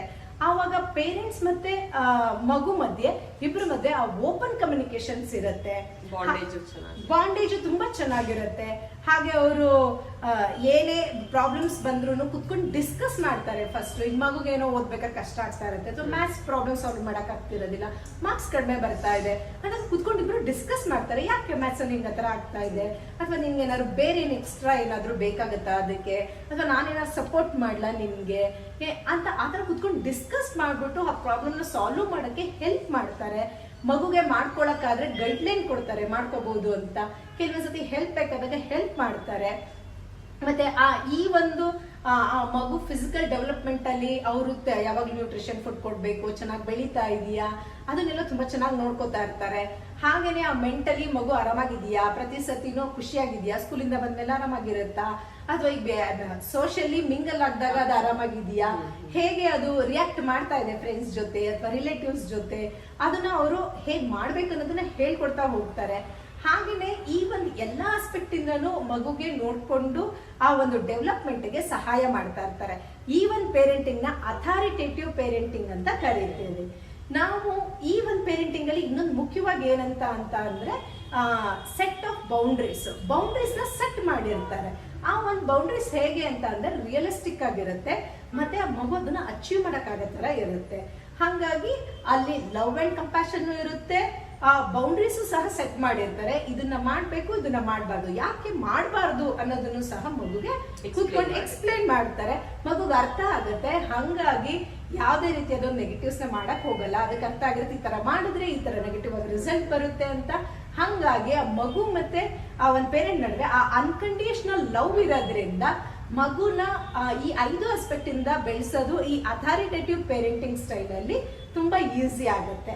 ಈ ಒಂದು ಪೇರೆಂಟಿಂಗ್ ಸ್ಟೈಲ್ನ ಎಲ್ಲರೂ ಇಂಪ್ಲಿಮೆಂಟ್ ಮಾಡ್ಕೊಂಡಾಗ ನಿಜವಾಗ್ಲೂ ಫ್ಯಾಮಿಲಿ ಹ್ಯಾಪಿ ಆಗಿರುತ್ತೆ ಮತ್ತು ಪ್ರತಿಯೊಬ್ಬರು ರಿಲೇಶನ್ಶಿಪ್ ಚೆನ್ನಾಗಿರುತ್ತೆ. ಹಾಗಾಗಿ ಈ ಒಂದು ಪೇರೆಂಟಿಂಗ್ ಸ್ಟೈಲ್ನ ಸ್ಟ್ರಿಕ್ಟ್ ಇರಬೇಕು, ಪನಿಷ್ಮೆಂಟ್ ಮಾಡ್ಬೇಕಾಗತ್ತೆ. ಯಾವಾಗ, ಹೇಗೆ, ಎಷ್ಟು ಪನಿಷ್ಮೆಂಟ್ ಮಾಡ್ತೀವಿ, ಆ ಪನಿಷ್ಮೆಂಟ್ ಯಾವ ಲೆವೆಲ್ಗೆ ಮಗುಗೆ ಅದು ಅರ್ಥ ಆಗುತ್ತೆ, ಮತ್ತೆ ಆ ಪನಿಷ್ಮೆಂಟ್ ನ ಅರಿವು ಮಾಡ್ಕೊಂಡು ಅದನ್ನ ಆ ಪನಿಷ್ಮೆಂಟ್ ನ ತಗೊಳ್ಳೋ ತರ ಮಗುಗೆ ಹೇಳಿ ಕೊಡ್ಬೇಕಾಗತ್ತೆ. ಹಂಗಾಗಿ ಈ ಒಂದು ಪೇರೆಂಟಿಂಗ್ ಸ್ಟೈಲು ನಿಜವಾಗ್ಲೂ ಎಫೆಕ್ಟಿವ್ ಆಗಿರುತ್ತೆ ಅಂತ ಹೇಳ್ಬೋದು. So types of parenting style ಬಗ್ಗೆ ತುಂಬಾ ಚೆನ್ನಾಗಿ ಹೇಳಿದ್ರಿ. ಸೊ ಯಾವ ರೀತಿ ಪೇರೆಂಟಿಂಗ್ ಮಾಡೋದ್ರಿಂದ ಮಗು ಮೇಲೆ ಯಾವ ಪರಿಣಾಮ ಬೀಳುತ್ತೆ, ನೆಗೆಟಿವ್ ಆಗ ಪಾಸಿಟಿವ್ ಆಗ, ಪೇರೆಂಟ್ಸ್ ಅಲ್ಲಿ ಅವ್ರು ಏನ್ ಚೇಂಜಸ್ ಮಾಡ್ಕೊಬೇಕು ಮಗು ಬೆಳವಣಿಗೆಯಲ್ಲಿ ಅನ್ನೋದನ್ನ ತುಂಬಾ ಚೆನ್ನಾಗಿ ತಿಳಿಸ್ಕೊಟ್ರಿ. ಈಗ ನಾನ್ ಸುತ್ತಮುತ್ತ ನೋಡಿರೋದೇನಂದ್ರೆ ತುಂಬಾ ಗ್ಯಾಡ್ಜೆಟ್ ಅಡಿಕ್ಷನ್ ಮಕ್ಳಿಗೆ. ಸೊ ಫೋನ್ ಇಲ್ದೇನೆ ಊಟ ಮಾಡಲ್ಲ, ಫೋನ್ ಇಲ್ದೇನೆ ನಿದ್ದೆ ಮಾಡಲ್ಲ, ಹಾಡ್ ಹಾಕ್ಬೇಕು. ಅದ್ರಿಂದ ಮಕ್ಳಿಗೆ ತುಂಬಾನೇ ನೆಗೆಟಿವ್ ಆಗಿ ಪರಿಣಾಮ ಬೀಳುತ್ತೆ. ಕಣ್ ಮೇಲೆ ಇರ್ಬೋದು, ಇಲ್ಲ ಮೆಂಟಲ್ ಹೆಲ್ತ್ ಮೇಲೆ ಇರ್ಬೋದು. ಬಟ್ ಅದನ್ನ ಇವಾಗ ಜನರಲ್ ಆಗಿ ಪೇರೆಂಟ್ಸ್ ಊಟ ಮಾಡಲ್ಲ ಅಪ್ಪ ಫೋನ್ ಕೊಟ್ಬಿಡೋಣ, ಸೊ ಆ ಸ್ಟೇಟಿಗೆ ಬಂದ್ಬಿಟ್ಟಿದ್ದಾರೆ. ಸೊ ಅದರಿಂದ ಪೇರೆಂಟ್ಸ್ ಹೇಗೆ ಮಕ್ಳನ್ನ ಹೊರಗಡೆ ತರ್ಬೋದು, ಅದಕ್ಕೆ ಏನಾದ್ರೂ ಟಿಪ್ಸ್ ಪೇರೆಂಟ್ಸ್ಗೆ ನೀವು ಕೊಡ್ತೀರಾ? ಹೌದು, ಇತ್ತೀಚೆಗೆ ನಾವು ನೋಡಿದ ಹಾಗೆ ಈ mobile addiction, gadget addiction, game ಆಡೋದು ಎಲ್ಲ ಮನೆಗಳಲ್ಲಿ ಅಥವಾ ಸಾಮಾನ್ಯವಾಗಿ ಎಲ್ಲ ಮಕ್ಕಳುಗಳಿಗೆ ಈ ಒಂದು ಅಡಿಕ್ಷನ್ ಬಂದ್ಬಿಟ್ಟಿದೆ. ಈ ಅಡಿಕ್ಷನ್ ಅಂದ್ರೆ ಏನು? ಹಾಗಾದ್ರೆ ಮೊಬೈಲ್ ನೋಡೋದೇ ತಪ್ಪಾ? ಖಂಡಿತವಾಗ್ಲೂ ಅಲ್ಲ. ಅಥವಾ ನಾವು ಇಂಟರ್ನೆಟ್ ಯೂಸ್ ಮಾಡೋದೇ ಮಕ್ಕಳು ತಪ್ಪಾ? ಖಂಡಿತ ಅಲ್ಲ. ಯಾಕೆ ಅಂತ ಅಂದ್ರೆ ನಮಗೆ ಬೇಕಾಗಿರೋ ಇನ್ಫಾರ್ಮೇಶನ್ಸ್ ಎಲ್ಲದು ನಮಗೆ ಇಂಟರ್ನೆಟ್ ಇಂದಾನೇ ಸಿಗ್ತಾ ಇರೋದು. ಹಾಗೆ ಮಗುಗೆ ಯಾವ್ದೊಂದು ಪ್ರಾಜೆಕ್ಟ್ ಮಾಡ್ಬೇಕಂತ ಅಂದ್ರೆ ಯಾವ್ದೋ ಇನ್ನೊಂದ್ ಸ್ವಲ್ಪ ಡೀಟೇಲ್ ಆಗಿ ಏನೋ ಬೇಕಂದ್ರೆ ಒಂದು ವಿಡಿಯೋ ನೋಡ್ಬೇಕಾಗತ್ತೆ. ಸೈನ್ಸ್ ಅದು ಎಕ್ಸ್ಪೆರಿಮೆಂಟ್ ನೋಡ್ಬೇಕಂದ್ರೆ ವಿಡಿಯೋ ನೋಡ್ಬೇಕಾಗತ್ತೆ. ಹಾಗಾಗಿ ಮೊಬೈಲ್ ಯೂಸ್ ಮಾಡ್ಲೇಬೇಕಾಗತ್ತೆ.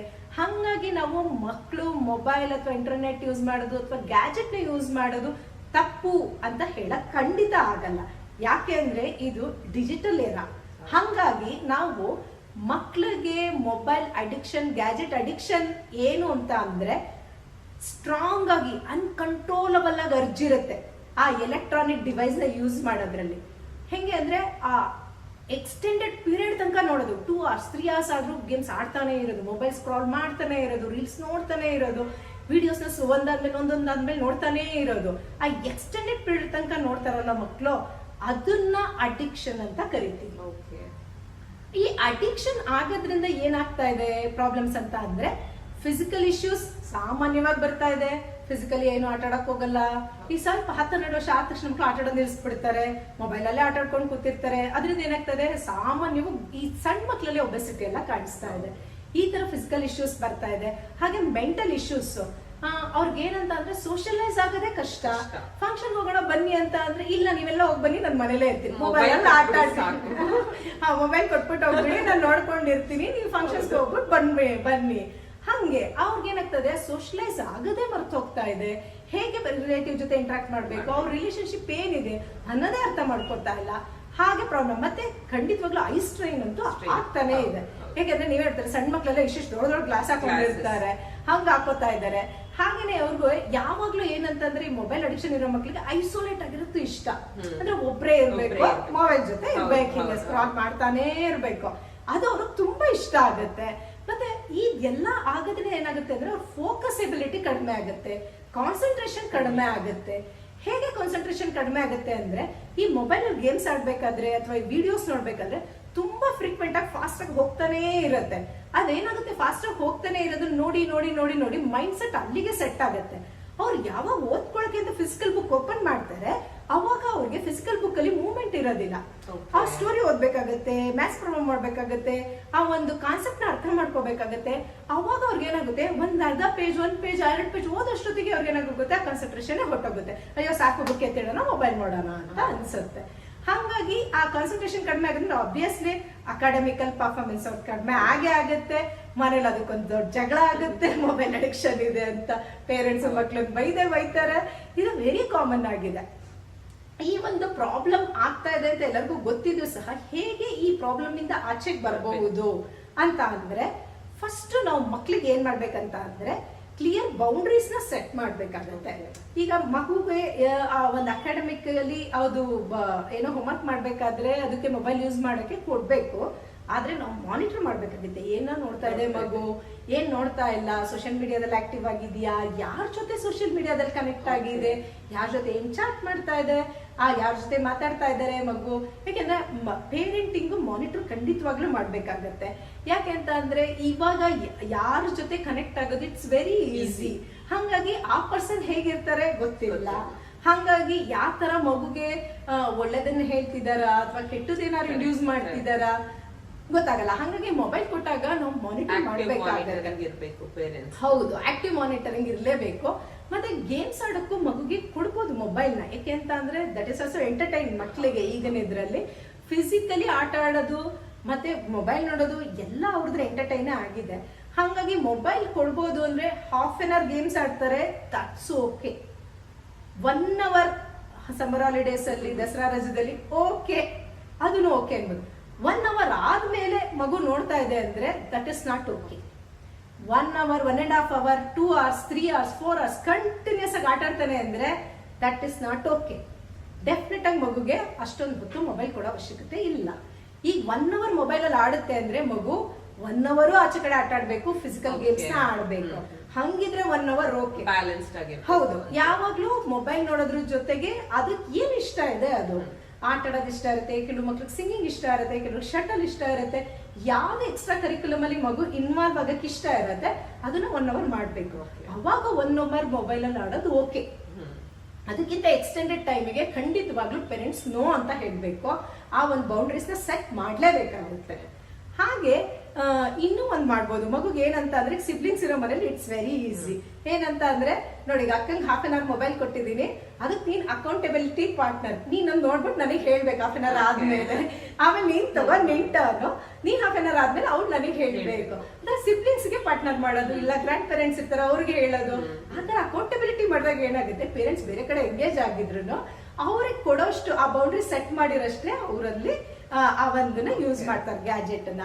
ಹಾಗೆ ಟೀನೇಜರ್ಸ್ ಆದ್ರೆ ಡೆಫಿನೆಟ್ ಆಗಿ ಅವ್ರಿಗೆ ಇದನ್ನ ಎಜುಕೇಟ್ ಮಾಡ್ಬೇಕಾಗತ್ತೆ, ಕೂರ್ಸ್ಕೊಂಡು ಅವ್ರಿಗೆ ಹೇಳ್ಬೇಕಾಗುತ್ತೆ ಸೋಷಿಯಲ್ ಮೀಡಿಯಾ ಅಂದ್ರೆ ಏನು, ಯಾರ್ಯಾರು ಇರ್ತಾರೆ, ಯಾರ ಜೊತೆ ಎಷ್ಟೊಂದು ಚಾಟ್ ಮಾಡ್ಬೇಕು, ಎಷ್ಟು ಮೆಂಟಲ್ ಡಿಸ್ಟೆನ್ಸ್ ಮಾಡ್ಬೇಕು, ಅದ್ರ ಬಗ್ಗೆ ನಾವು ಅವ್ರಿಗೆ ಕೂರ್ಸ್ಕೊಂಡು ಎಕ್ಸ್ಪ್ಲೇನ್ ಮಾಡಿ ನಾಲೆಜ್ ಕೊಟ್ಟಾಗ ಅವ್ರಿಗೆ ಅದು ಅವೇರ್ ಬರುತ್ತೆ. ಹೌದು, ನಾನು ಇದನ್ನ ಮಾಡ್ಬೇಕು, ಇದನ್ನ ಮಾಡಬಾರ್ದು ಅನ್ನೋ ಅವೇರ್ನೆಸ್ ಬರುತ್ತೆ.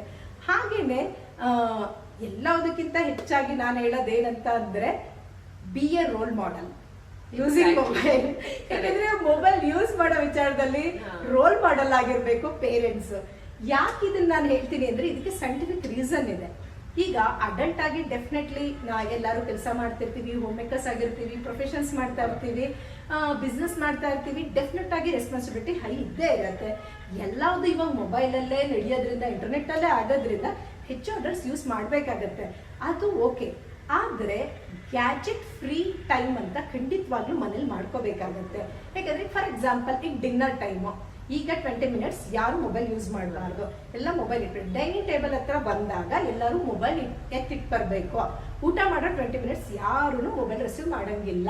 ಅಪ್ಪ ಅಮ್ಮ ಏನ್ ಮಾಡ್ತಾರೆ ಅದನ್ನ ಮಕ್ಕಳು ಫಾಲೋ ಮಾಡ್ತಾರೆ. ಆಗ ಅಪ್ಪ ಅಮ್ಮ ಹಂಗ್ ಮಾಡಿದಾಗ ಏನಾಗುತ್ತೆ, ಓಕೆ ಅವ್ರಿಗೆ ಮೊಬೈಲ್ ಬಿಟ್ಟುನು ಸಹ ಬೇರೆ ಟೈಮ್ ಸ್ಪೆಂಡ್ ಮಾಡ್ಬೋದು, ಅಲ್ಲಿಂದನೂ ಎಂಟರ್ಟೈನ್ ಸಿಗುತ್ತೆ, ಅಲ್ಲಿಂದನೂ ನಾವು ಲರ್ನ್ ಮಾಡ್ತೀವಿ ಅನ್ನೋದು ಅವ್ರಿಗೆ ಅರ್ಥ ಆಗುತ್ತೆ. ಹಾಗಾಗಿ gadget free time, gadget free zone especially bedroom ಅಲ್ಲಿ ಮಾಡ್ಕೋಬೇಕು. ಯಾಕಂದ್ರೆ ರಾತ್ರಿ ಸ್ಕ್ರಾಲ್ ಮಾಡೋದು ಜಾಸ್ತಿ ಇರುತ್ತೆ. ಹಾಗಾಗಿ ಏನಾಗುತ್ತೆ, ಸ್ಲೀಪ್ ಡಿಸ್ಟರ್ಬೆನ್ಸ್ ಆಗೋದು ಇಟ್ಸ್ ವೆರಿ ಕಾಮನ್ ಆಗುತ್ತೆ. ಹಾಗಾಗಿ ಗ್ಯಾಜೆಟ್ ಫ್ರೀ ಝೋನ್ ಬಂದು ಬೆಡ್ರೂಮ್ ನ ಮಾಡ್ಕೋಬೇಕು. ಅವಾಗ ಬೆಡ್ ಟೈಮ್ ಆಯ್ತು, ಈಗ 10 o'clock ಓಕೆ, ಎಲ್ಲಾರು ಹೋಗಿ ಮಲ್ಕೊಂಡ ಮೊಬೈಲ್ ಎಲ್ಲಾರು ಸೈಡ್ಗೆ ಎತ್ತಿಡ್ಬೇಕು. ಈ ತರ ರೂಲ್ ನ ಸೆಟ್ ಮಾಡ್ಕೊಂಡಾಗ ಏನಾಗುತ್ತೆ, ಈ ಮೊಬೈಲ್ ಅಡಿಕ್ಷನ್ ಇಂದ ಮಗನ ಈಸಿಯಾಗಿ ಆಚೆಗೆ ತರಬಹುದು. ಹೀಗೇನೆ ಈ ಮೊಬೈಲ್ ಅಲ್ಲಿ ಹೆಚ್ಚು ನೋಡೋದ್ರಿಂದ ಇನ್ನೊಂದು ಪ್ರಾಬ್ಲಮ್ ಏನಾಗುತ್ತೆ ಅಂತ ಅಂದ್ರೆ, ರಿಲೇಶನ್ಶಿಪ್ ಒಬ್ರಿಂದ ಒಬ್ರಿಗೆ ಬಿಲ್ಡ್ ಆಗ್ಬೇಕಂದ್ರೆ ಪೇರೆಂಟ್ಸ್ ಅಲ್ಲಿ, ಗ್ರ್ಯಾಂಡ್ ಪೇರೆಂಟ್ಸ್ ಅಲ್ಲಿ, ಮಗು ಜೊತೆಗೆ ಫ್ಯಾಮಿಲಿನಲ್ಲಿ ಒಬ್ರಿಗೊಬ್ರು ಕ್ವಾಲಿಟಿ ಟೈಮ್ ನ ಕೊಡ್ಬೇಕಾಗತ್ತೆ. ಕ್ವಾಲಿಟಿ ಟೈಮ್ ಅಂತ ಅಂದ್ರೆ ಏನು ಅಂದ್ರೆ, ಸಾಮಾನ್ಯವಾಗಿ ಅನ್ಕೋತಾರೆ ಜೊತೆಗೆ ಇರ್ತೀವಿ, ಇನ್ನೇನು ಒಟ್ಟಿಗೆ ತಾನೆ, ರಾತ್ರಿ ಒಟ್ಟಿಗೆ ಇರ್ತೀವಿ, ಬೆಳಗ್ಗೆ ಒಟ್ಟಿಗೆ ತಿಂಡಿ ತಿಂತೀವಿ, ಎಲ್ಲ ಮಾಡ್ತೀವಿ. Quality time is not like that. ಆ ತರ ಅಲ್ಲ ಕ್ವಾಲಿಟಿ ಟೈಮ್ ಅಂದ್ರೆ. ಈಗ 5 ಜನ 5 ಮೊಬೈಲ್ ಇಟ್ಕೊಂಡು ಒಟ್ಟಿಗೆನೂ ಕೂತ್ಕೊಂಡು ವೇಸ್ಟ್ ಅದು. ಹೌದು, ಎಕ್ಸಾಕ್ಟ್ಲಿ. ಇದು ಹೋಟೆಲ್ಸ್ ಸಾಮಾನ್ಯವಾಗಿ ಆಗುತ್ತೆ ನೋಡಿ. ಹೋಟೆಲ್ ಡಿನ್ನರ್ಗೆ, ಲಂಚ್ಗೆ ಅಂತ ಫ್ಯಾಮಿಲಿ ಹೋಗೋದು, ಟೇಬಲ್ ಅಲ್ಲಿ ನೋಡಿದ್ರೆ ಎಲ್ಲರೂ ಮಾಡ್ತಾನೆ ಇರ್ತಾರೆ 5 ಜನನು. ಆಕ್ಚುಲಿ ಡಿನ್ನರ್ ಆಚೆ ಹೋಗೋದಾದ್ರೂ ಯಾಕೆ ಫ್ಯಾಮಿಲಿ ಟೈಮ್ ಅದು. ಒಳ್ಳೆ ಟೈಮ್ ಸ್ಪೆಂಡ್ ಮಾಡ್ಬೇಕು ಅಂತ ಹೋಗಿರ್ತಾರೆ. ಅಲ್ಲಿ ಏನ್ ಮಾಡ್ಬೇಕು, ಮಗು ಜೊತೆ ಮಾತಾಡ್ಬೇಕು ಪೇರೆಂಟ್. ಏನಂತ, ನೀನ್ ಏನ್ ಮಾಡ್ದೆ ಲಾಸ್ಟ್ ವೀಕ್ ಇಂದ, ಇವತ್ ನೀನ್ ಏನ್ ಮಾಡ್ದೆ, ನೀನ್ ಆರಾಮಾಗಿದ್ಯಾ, ಸ್ಕೂಲಲ್ಲಿ ಚೆನ್ನಾಗಿ ಹೋಗಿ ಬಂದ್ಯಾ, ನಿಂಗೆ ಏನಾದ್ರು ಪ್ರಾಬ್ಲಮ್ ಆಗ್ತಾ ಇದೆಯಾ, ಮನೇಲಿ ಪ್ರಾಬ್ಲಮ್ ಅನ್ಸ್ತಿದ್ಯಾ, ಅಥವಾ ನಿಂಗೆ ಎಮೋಷನಲಿ ಪ್ರಾಬ್ಲಮ್ ಅನ್ಸ್ತಾ ಇದೆಯಾ, ಅಥವಾ ನಿನ್ಗೆ ಏನಾದ್ರು ತೊಂದರೆ ಇದ್ರೆ ಹೇಳು, ಅದಕ್ಕೆ ಹೆಲ್ಪ್ ಮಾಡ್ಬೇಕು. ಆ ಮಗುಗೆ ಒಂದು ಅವಕಾಶ ಮಾಡ್ಕೊಡ್ಬೇಕು ಅದನ್ನ ಎಕ್ಸ್ಪ್ರೆಸ್ ಮಾಡೋದಕ್ಕೆ. ಎಕ್ಸ್ಪ್ರೆಸ್ ಮಾಡಿದಾಗ ಪೇರೆಂಟ್ಸ್ಗೆ ಅರ್ಥ ಆಗುತ್ತೆ ಮಗು ಯಾವ ವಿಚಾರದಲ್ಲಿ ಎಲ್ಲಿದೆ ಅನ್ನೋದು ಅರ್ಥ ಆಗುತ್ತೆ. ಆಗ ಆ ಒಂದು ವಿಚಾರದಲ್ಲಿ ಅಥವಾ ಪ್ರಾಬ್ಲಮ್ ಇಂದ ಆಚೆ ಕರ್ಕೊಂಡ್ ಬರೋದು ಅಥವಾ ಚಾಲೆಂಜಸ್ ಇಂದ ಸಾಲ್ವ್ ಮಾಡ್ಕೊಂಡು ಬರೋದನ್ನ ನಾವು ಮಗುಗೆ ಹೆಲ್ಪ್ ಮಾಡಬಹುದು. ಹಾಗಾಗಿ ಕ್ವಾಲಿಟಿ ಟೈಮ್ ಇಂಪಾರ್ಟೆಂಟ್. ಆ ಕ್ವಾಲಿಟಿ ಟೈಮ್ ಬದಲು ಮೊಬೈಲ್ ಜೊತೆ ಎಷ್ಟು ಟೈಮ್ ಸ್ಪೆಂಡ್ ಮಾಡಿದ್ರೆ ಮೊಬೈಲ್ ಜೊತೆ ಅಟ್ಯಾಚ್ಮೆಂಟ್ ಬೆಳೆಯುತ್ತೆ ಹೊರತು ಫ್ಯಾಮಿಲಿ ಮೆಂಬರ್ಸ್ ಜೊತೆ ಆ ಅಟ್ಯಾಚ್ಮೆಂಟ್ ಬೆಳೀದೇನೆ ಹೋಗುತ್ತೆ. ಹಾಗಾಗಿ ಈ ತರ ಸೊಲ್ಯೂಷನ್ಸ್ ನಾವ್ ಯಾವಾಗ ಸ್ಟ್ರಿಕ್ಟ್ ಆಗಿ ಮೊಬೈಲ್ ವಿಚಾರದಲ್ಲಿ ಒಂದು ಡಿಸಿಪ್ಲಿನ್ ಮನೇಲಿ ತಗೊಂಡ್ಬರ್ತೀವಿ, ಆ ಖಂಡಿತವಾಗ್ಲೂ ಮೊಬೈಲ್ ಅಡಿಕ್ಷನ್ ಮಕ್ಳಿಗೆ ಇಲ್ದೇನೆ ಮಾಡ್ಬೋದು. ಅದಲ್ದೇನೆ ನೀವೊಂದ್ ಪಾಯಿಂಟ್ ಹೇಳಿದ್ರೆ ಊಟ ಮಾಡ್ಬೇಕಾದ್ರೆ ಮಗು ಮೊಬೈಲ್ ಕೊಡ್ತಾರೆ ಅಂತ. ಡೆಫಿನೆಟ್ ಆಗಿ 0 to 2 years ಯಾವುದೇ ಕಾರಣಕ್ಕೂ ಮೊಬೈಲ್ ನ ಮಗುಗೆ ಇಂಟ್ರೊಡ್ಯೂಸೇ ಮಾಡಬಾರ್ದು. ಮಗು ಅಲ್ಲಿ ಇದೆ ಅಂತ ಅಂದ್ರೂ ಮಾತಾಡ್ಬೇಕಂದ್ರೆ ಸ್ವಲ್ಪ ದೂರಕ್ಕೆ ಹೋಗಿ ಮಾತಾಡ್ಬೇಕು. ಗ್ಯಾಜೆಟ್ ಇದೆ ಅನ್ನೋದೇ ಇಂಟ್ರೊಡ್ಯೂಸ್ ಮಾಡಬಾರ್ದು. ಯಾಕಂದ್ರೆ ಅದ್ರ ಅವಶ್ಯಕತೆ ಖಂಡಿತವಾಗ್ಲೂ 0 to 2 years ಇಲ್ವೇ ಇಲ್ಲ. 2 years ಆದ್ಮೇಲೆ ಅದ್ ಲರ್ನಿಂಗ್ಗೆ ಅಂತ ಬಂದಾಗ ರೈಮ್ಸ್ ತೋರ್ಸೋದು ಮತ್ತೇನೇನೋ ಸ್ಟೋರಿ ತೋರಿಸ್ತಾರೆ, ಸರ್ ಓಕೆ. ಬಟ್ 2 years ತನಕ ನಿಜವಾಗ್ಲೂ ಮೊಬೈಲ್ ನ ಇಂಟ್ರೊಡ್ಯೂಸ್ ಮಾಡೋ ಅವಶ್ಯಕತೆನೇ ಇಲ್ಲ. ಹಾಗೇನೆ ಊಟ ತಿನ್ಸ್ಬೋದು, ಮಗು ಆಚೆ ಕರ್ಕೊಂಡೋಗಿ ತೋರಿಸ್ಬೋದು, ಅಥವಾ ಅದಕ್ಕೆ ಬೇರೆ ಸ್ಟೋರೀಸ್ ಹೇಳಿ ಮಾಡ್ಬೋದು. ಆತರ ತುಂಬಾ ಬೇರೆ ಬೇರೆ ಪಾಸಿಟಿವ್ ಆಗಿ ನಾವು ಮಾಡೋ ಅಂತದಿದೆ. ಬಟ್ ಏನಾಗಿದೆ ಅಂದ್ರೆ ಎಲ್ಲಾರ ಹತ್ರ ಮೊಬೈಲ್ ಇರೋದು ಈಸಿ ವೇ ಅಂತ ಅದನ್ನ ಕೊಟ್ಟು ಸ್ಟಾರ್ಟಿಂಗ್ ಅಲ್ಲಿ ಈಗ 2 years, ಈಗ 1.5 year ಮಗುಗೆ ಏನ್ ಗೊತ್ತಿರುತ್ತೆ ಮೊಬೈಲ್ ಅಂದ್ರೆ, ಅದ್ ಮಗು ನಾವೇ ಫಸ್ಟ್ ತಾರೆ ಮೊಬೈಲ್ ತಗೊಳ್ಳೋ, ಆಟ ಆಡು, ಪ್ರೆಸ್ ಮಾಡು, ಅಲ್ಲೋ ಅನ್ನೋದೆಲ್ಲ ನಾವೇ ಕೊಟ್ಟಿರ್ತೀವಿ. ಒಂದಿನ 2 ದಿನ ಓಕೆ, 3ನೇ ದಿನ ಏನ್ ಮಾಡುತ್ತೆ, ಮೊಬೈಲ್ ಕೊಟ್ಟಿಲ್ಲ ಅಂದ್ರೆ ಊಟನೇ ಮಾಡಲ್ಲ ಅಂತ. ಮೊಬೈಲ್ ಕೊಟ್ಟಿಲ್ಲ ಅಂದ್ರೆ ಊಟ ಮಾಡಲ್ಲ, ಡೆಫಿನೆಟ್ ಆಗಿ ಹೌದು. ಇಂಟ್ರೊಡ್ಯೂಸ್ ಮಾಡಿದ್ ಯಾರೋ ಪೇರೆಂಟ್, ಇಂಟ್ರೊಡ್ಯೂಸೇ ಮಾಡಿಲ್ಲ ಅಂದ್ರೆ ಮಗು ಕೇಳೋದೇ ಇಲ್ವಲ್ಲ. ಆಮೇಲೆ ಅಂತೀವಿ ಓ ಮೊಬೈಲ್ ಕೊಟ್ಟಿದ್ರೆ ಊಟನೇ ಮಾಡಲ್ಲ, ಆಗೇನ್ ಮಾಡ್ತೀವಿ ಈಗೇನ್ ಬ್ಲೇಮ್ ಗೇಮ್ ಮಾಡೋದು ಮಗು ಮೇಲೆ. ಖಂಡಿತವಾಗ್ಲೂ ಪೇರೆಂಟ್ಸೇ ಆ ಒಂದು ಕಂಟ್ರೋಲ್ ಇರುತ್ತೆ. ಹಂಗಾಗಿ ಆ ಅಡಿಕ್ಷನ್ ಇಲ್ದೇನೆ ಸ್ಟ್ರಿಕ್ಟ್ ರೂಲ್ಸ್ ಗಳನ್ನ ಫಾಲೋ ಮಾಡೋದ್ರಿಂದ ಆಚೆ ತಗೊಂಡ್ಬಂದು ಒಂದು ಹ್ಯಾಪಿ ಲೈಫ್ ಲೀಡ್ ಮಾಡೋದು ಖಂಡಿತ ಸಾಧ್ಯ. ಸೊ ಮೊಬೈಲ್ ಅಡಿಕ್ಷನ್ ಇಂದ ಹೇಗೆ ಆಚೆ ಬರ್ಬೇಕಂತ ತುಂಬಾ ಒಳ್ಳೊಳ್ಳೆ ಟಿಪ್ಸ್ ಕೊಟ್ಟಿದ್ದೀರಾ. ಎಲ್ಲಾ ಪೇರೆಂಟ್ಸ್ ಅಳವಡಿಸ್ಕೊಳ್ಳಿ ಅಂತ ನನ್ನ ಕಡೆಯಿಂದ ಕೇಳ್ಕೊಂತೀನಿ. ಕೊನೆಯದಾಗಿ ಪೇರೆಂಟ್ಸ್ ಗೆ ನಿಮ್ ಕಡೆಯಿಂದ ಏನ್ ಟಿಪ್ಸ್ ಕೊಡ್ತೀರಾ ಅಶ್ವತಿ? ಓಪನ್ ಕಮ್ಯುನಿಕೇಶನ್ ಖಂಡಿತವಾಗ್ಲೂ ಮನೆಗಳಲ್ಲಿ ಇರಬೇಕು. ಒಬ್ರಿಗೊಬ್ರು ರೆಸ್ಪೆಕ್ಟ್ ಮಾಡಬೇಕು. ಮಗು ಅಂದಾದ ತಕ್ಷಣ ನಾವು ಅದನ್ನ ನೆಗ್ಲೆಕ್ಟ್ ಮಾಡಬಾರ್ದು. ಅದ್ರ ಸಜೆಷನ್ ಕೇಳಬೇಕು. ಹಾಗಾಗಿ ಎಲ್ಲ ಸಜೆಷನ್ ತಗೊಂಡು ಡಿಸೈಡ್ ಮಾಡ್ತಾರೆ ನಮ್ಮ ಪೇರೆಂಟ್ಸು ಅಂತ ಆ ಇಂಡಿವಿಜುವಾಲಿಟಿನ ಬೆಳೆಸ್ಬೇಕು ಮಕ್ಕಳಲ್ಲಿ. ಆವಾಗ ಮಗು ತುಂಬಾ ಖುಷಿಯಾಗಿ ಬೆಳೆಯುತ್ತೆ. ಹಾಗೇನೆ ಮಗು ಜೊತೆ ಕ್ವಾಲಿಟಿ ಟೈಮ್, ನಾನು ಆಗ್ಲೇ ಹೇಳ್ದಂಗೆ ಕ್ವಾಲಿಟಿ ಟೈಮ್ ಸ್ಪೆಂಡ್ ಮಾಡಬೇಕು. ಹಾಗೆ ಆ ಒಂದು ಮೊಬೈಲ್ಗೆ ಈಗಿನಲ್ಲಿ ಆ ಬೌಂಡ್ರೀಸ್ ನ ಸೆಟ್ ಮಾಡಲೇಬೇಕು. ಈ ಒಂದು ಪಾಯಿಂಟ್ಸ್ ಗಳನ್ನ ಇಟ್ಕೊಂಡು ಮಗುಗೆ ನಾವು ಪೇರೆಂಟಿಂಗ್ ಮಾಡಿದಾಗ ಖಂಡಿತವಾಗ್ಲೂ ಒಂದು ಒಳ್ಳೆ ಪೇರೆಂಟಿಂಗ್ ಆಗುತ್ತೆ. ಮಗುಗೂ ಎಲ್ಲ ಆಸ್ಪೆಕ್ಟ್ ಇಂದನೂ ಓವರ್ ಆಲ್ ಡೆವಲಪ್ಮೆಂಟ್ ಆಗೋದಕ್ಕೆ ಈ ಒಂದು ಟಿಪ್ಸ್ ಗಳು ನಿಮ್ಗೆ ಹೆಲ್ಪ್ ಆಗುತ್ತೆ ಅಂತ ಅನ್ಕೊಂಡಿದ್ದೀನಿ. ಖಂಡಿತವಾಗ್ಲೂ ಎಲ್ಲಾ ಪೇರೆಂಟ್ಸ್ಗೂ ತುಂಬಾನೇ ಹೆಲ್ಪ್ ಆಗುತ್ತೆ ಶ್ರುತಿ. ನೀವು ಹೇಳಿರೋ ಪಾಯಿಂಟ್ಸ್ ಇರ್ಬೋದು, ಏನ್ ಚೇಂಜಸ್ ಮಾಡ್ಕೋಬೇಕು ಅವ್ರ ಪೇರೆಂಟಿಂಗ್ ಅಲ್ಲಿ ಅಂತ ಅವರು ತುಂಬಾ ತಿಳ್ಕೊಂಡಿರ್ತಾರೆ. ಸೊ ನೀವು ನಿಮ್ ಬಿಸಿ ಶೆಡ್ಯೂಲ್ ಅಲ್ಲಿ ಟೈಮ್ ಕೊಟ್ಟು ಇವತ್ತು ನಮ್ ಸ್ಟುಡಿಯೋಗೆ ಬಂದು ಎಲ್ಲಾನು ಪೇರೆಂಟಿಂಗ್ ಬಗ್ಗೆ ತುಂಬಾ ಚೆನ್ನಾಗಿ ಎಕ್ಸ್ಪ್ಲೇನ್ ಮಾಡ್ಕೊಟ್ಟಿದ್ದೀರಾ. ನಿಮ್ಗೆ ತುಂಬಾ ಥ್ಯಾಂಕ್ಸ್. ಥ್ಯಾಂಕ್ ಯು ಶ್ರುತಿ. ಯಾಕೆ ನನ್ಗೂ ಇಲ್ಲಿ ಬಂದು ಈ ಒಂದು ಪೇರೆಂಟಿಂಗ್ ಬಗ್ಗೆ ಹೇಳಿದಕ್ಕೆ ನನಗೂ ತುಂಬಾ ಖುಷಿ ಆಯ್ತು. ಯಾಕೆ ಅಂತ ಅಂದ್ರೆ ನನ್ಗೂ ಒಂದು ದೊಡ್ಡ ವಿಷನ್ ಇಟ್ಕೊಂಡಿದ್ದೀನಿ. ಏನಂತ ಅಂದ್ರೆ ಈ 10 years ಅಲ್ಲಿ 1 million ಪೀಪಲ್ಗೆ ಈ ಒಂದು ಮೆಂಟಲ್ ಹೆಲ್ತ್ ಬಗ್ಗೆ, ಎಸ್ಪೆಷಲಿ ಪೇರೆಂಟಿಂಗ್ ಬಗ್ಗೆ ನಾನು ಎಜುಕೇಟ್ ಮಾಡಬೇಕು ಅನ್ನೋ ವಿಷನ್ ಇಟ್ಕೊಂಡಿದ್ದೀನಿ. ಆ ಒಂದು ವಿಷನ್ ಫುಲ್ಫಿಲ್ ಮಾಡಕ್ಕೆ ಸಪೋರ್ಟ್ ಮಾಡೋದಕ್ಕೆ ನಿಮ್ಗೆಲ್ಲರಿಗೂ ತುಂಬಾ ಥ್ಯಾಂಕ್ಸ್. ನಿಮ್ ವಿಷನ್ ಕಂಪ್ಲೀಟ್ ಆಗ್ಲಿ ಅಂತ ನಮ್ ಕಡೆಯಿಂದಾನು ಕೂಡ ನಾವು ಬೆಸ್ಟ್ ವಿಶಸ್ ಹೇಳ್ತೀವಿ. ಮತ್ತೆ ಐ ಲೈಫ್ ಲೇಡೀಸ್ ವಿಂಗ್ ಕಡೆಯಿಂದ ನಿಮ್ಗೊಂದು ಕಿರುಕಾಣಿಕೆ. Thank you.